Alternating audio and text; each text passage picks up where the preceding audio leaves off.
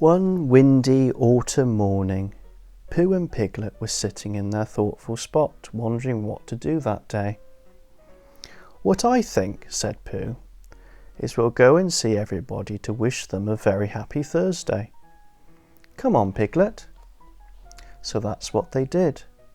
The wind was so strong that Piglet held onto Pooh's hand tightly, so he would not be blown away.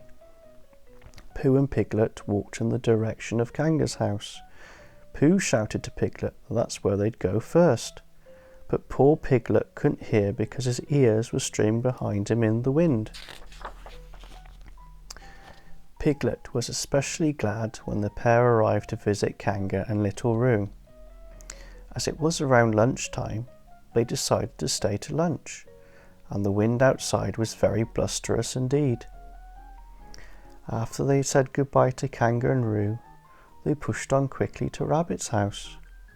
"Hullo, Rabbit," said Pooh. "We've come to wish you a very happy Thursday," added Piglet. "Oh," said Rabbit.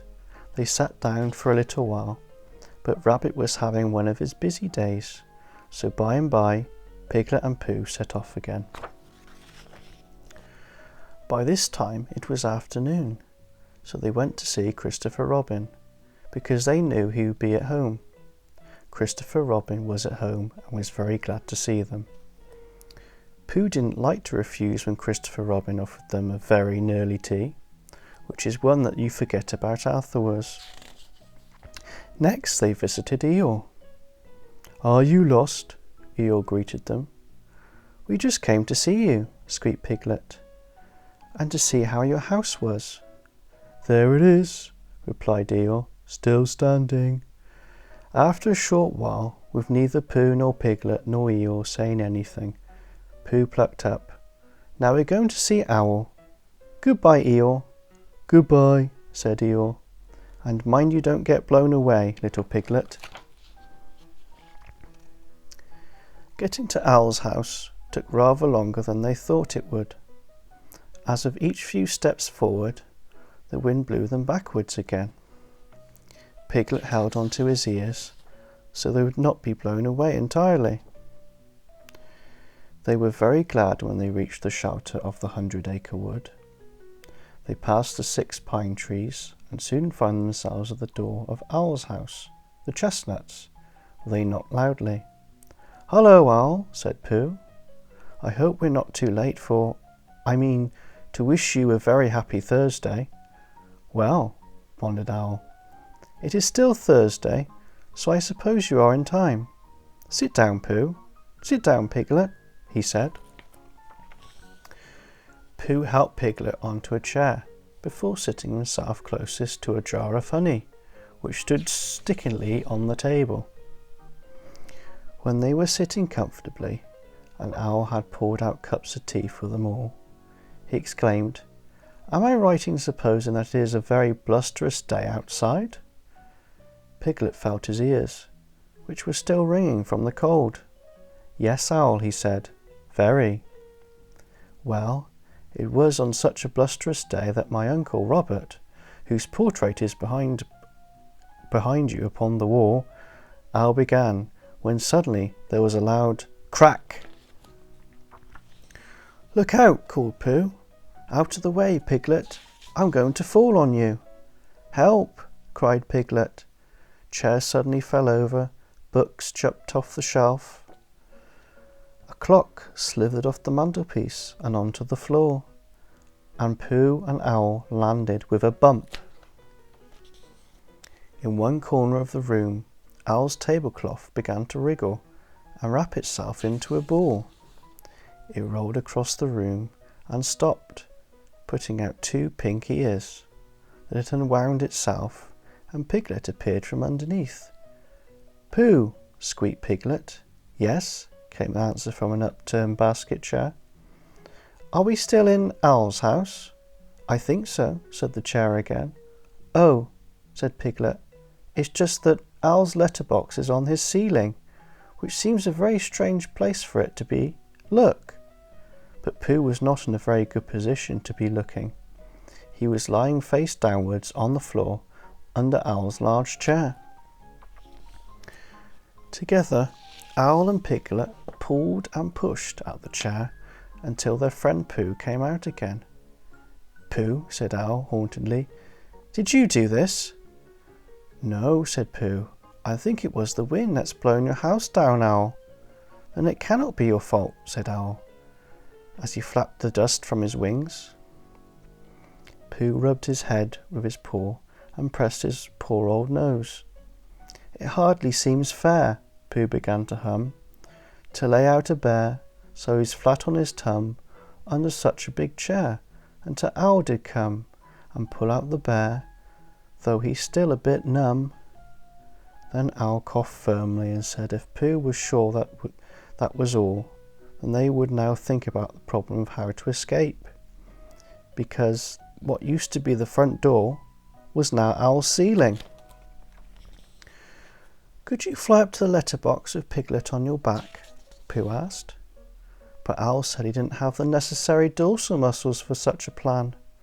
"That's a shame," said Pooh, "because if Piglet could get to the letterbox, then he might be able to squeeze himself through it, and once he squeezed himself through, then he could climb down the tree and fetch somebody to help."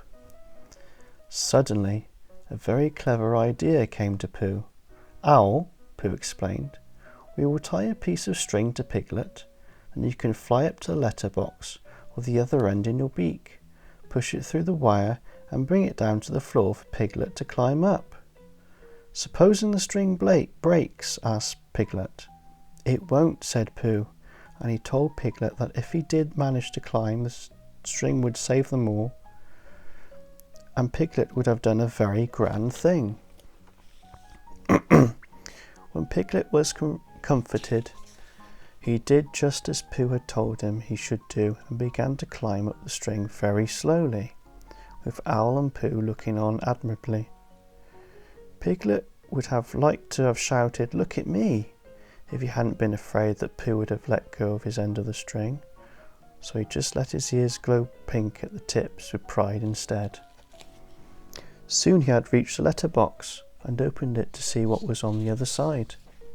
As luck would have it, Owl's letterbox had been made bigger lately in case he got bigger letters, and Piglet was able to squeeze through. "It's all right, your tree is blown right over, Owl," Piglet squawked to them before disappearing completely. Piglet ran to fetch help without waiting to be told, and he would be back in half an hour, which he was. And when Owl and Pooh were saved, together Piglet and Pooh walked back out of the 100-acre wood and home again. The next day, everyone had heard how Owl's house had blown down. Kanga was helping sort out things for Owl to take to a new house and was calling to him, "You won't want this dirty old dishcloth anymore, will you?" To which Owl replied sharply, "That's not a dishcloth, that's my shawl." Then Kanga got cross when he discovered a horrid bunch of toadstools growing in the corner, which Owl explained was his bath sponge. But they were all quite happy when Pooh and Piglet came along. "What about the new house for you?" said Pooh. "Have you found it, Owl?" "He's found a name for it," said Christopher Robin. "Now he just needs to find the house." Owl bent over his sign approvingly and said, "I have decided upon a name, which you will see I have painted on here." And he showed them the sign with the words spelling out, "The Wallery." Then suddenly something came up through the trees and explained, "I have found a house for Owl." "Hullo, Eeyore," said Christopher Robin, jumping up. "A house for Owl? I should like to see it." Owl flapped his wings and followed Rabbit, who followed Christopher Robin, who followed Eeyore, with Piglet and Pooh following a little way behind. They had walked a little while when Eeyore stopped proudly outside Piglet's house. Piglet and Pooh nudged each other and said, "It can't be," and "It is," very quietly. "Just the house for Owl, don't you think?" said Eeyore. Then Piglet did a noble thing. "Yes, it's just the house for Owl," he gulped. Christopher Robin turned to Piglet and asked, "What would you do if your house were blown down, Piglet?" Before Piglet could reply, Pooh answered, "You'd come to live with me, wouldn't you, Piglet?" "Thank you, Pooh. I should love to," Piglet said, and so it was that Owl found a new house to live in, which would not blow down in blusterous conditions, and in which Winnie-the-Pooh would always be welcome for tea. The end.